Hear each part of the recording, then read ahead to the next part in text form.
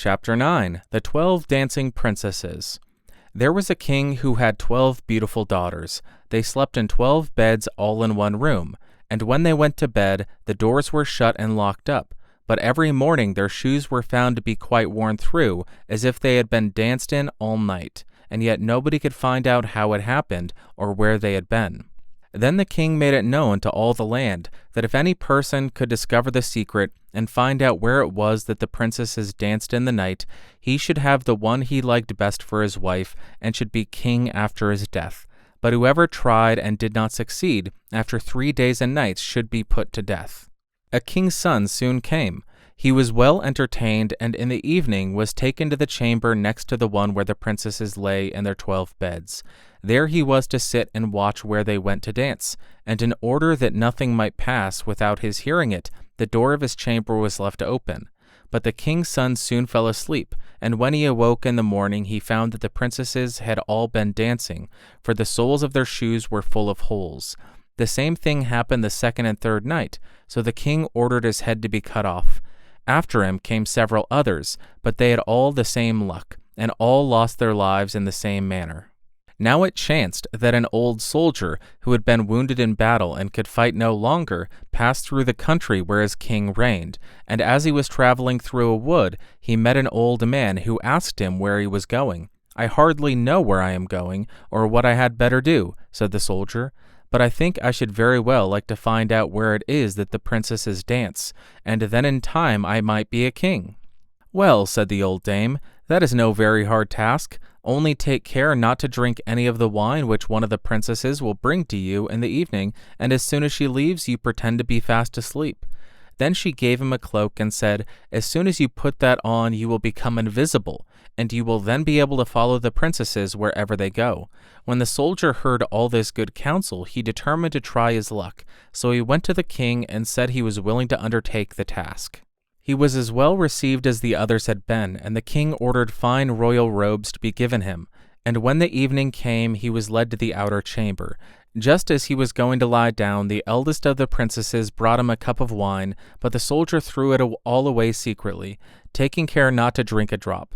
Then he laid himself down on his bed, and in a little while began to snore very loudly, as if he was fast asleep.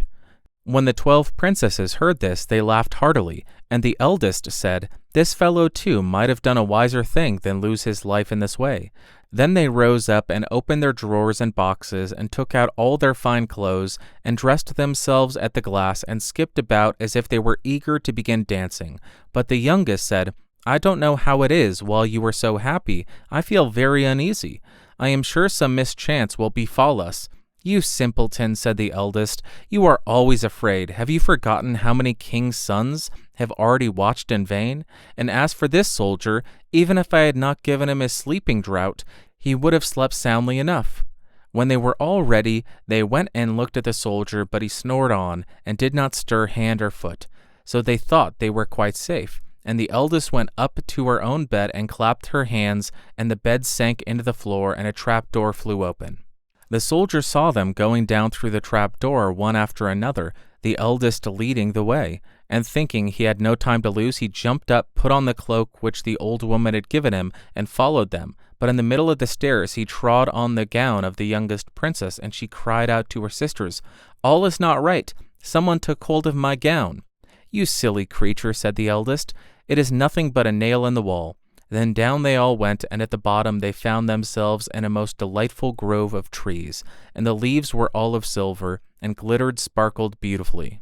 The soldier wished to take away some token of this place, so he broke off a little branch. There came a loud noise from the tree. Then the youngest daughter said again, "I am sure all is not right. Did you not hear that noise? That never happened before." But the eldest said, "It is only our princes, who are shouting for joy at our approach." Then they came to another grove of trees, where all the leaves were of gold, and afterwards to a third, where the leaves were all glittering diamonds. And the soldier broke a branch from each, and every time there was a loud noise, which made the youngest sister tremble with fear. But the eldest still said, it was only the princes who were crying for joy. So they went on till they came to a great lake, and at the side of the lake there were 12 little boats with 12 handsome princes in them, who seemed to be waiting there for the princesses. One of the princesses went into each boat, and the soldier stepped into the same boat with the youngest. As they were rowing over the lake, the prince who was in the boat with the youngest princess and the soldier said, "I do not know why it is, but though I am rowing with all my might, we do not get on so fast as usual, and I am quite tired. The boat seems very heavy today." "It is only the heat of the weather," said the princess. "I feel it very warm too." On the other side of the lake stood a fine illuminated castle from which came the merry music of horns and trumpets. There they all landed and went into the castle, and each prince danced with his princess, and the soldier, who was all the time invisible, danced with them too. And when any of the princesses had a cup of wine set by her, he drank it all up, so that when she put the cup to her mouth, it was empty. At this too the youngest sister was terribly frightened, but the eldest always silenced her. They danced on till 3 o'clock in the morning, and then all their shoes were worn out, so that they were obliged to leave off. The princes rowed them back again over the lake, but this time the soldier placed himself in the boat with the eldest princess, and on the opposite shore they took leave of each other, the princesses promising to come again the next night.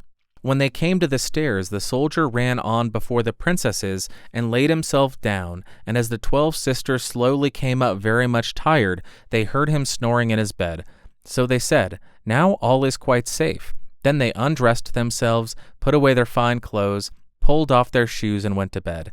In the morning the soldier said nothing about what had happened, but determined to see more of this strange adventure, and went again the second night and third night.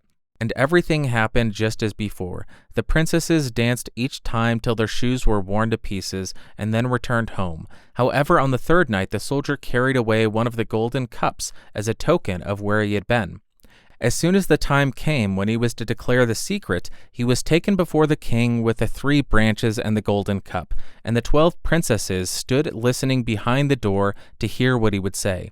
And when the king asked him, "Where do my 12 daughters dance at night?" he answered, "With 12 princes in a castle underground." And then he told the king all that had happened, and showed him the 3 branches and the golden cup, which he had brought with him. Then the king called for the princesses, and asked them whether what the soldier said was true. And when they saw that they were discovered, and that it was of no use to deny what had happened, they confessed it all. And the king asked the soldier which of them he would choose for his wife, and he answered, "I am not very young, so I will have the eldest." And they were married that very day, and the soldier was chosen to be the king's heir.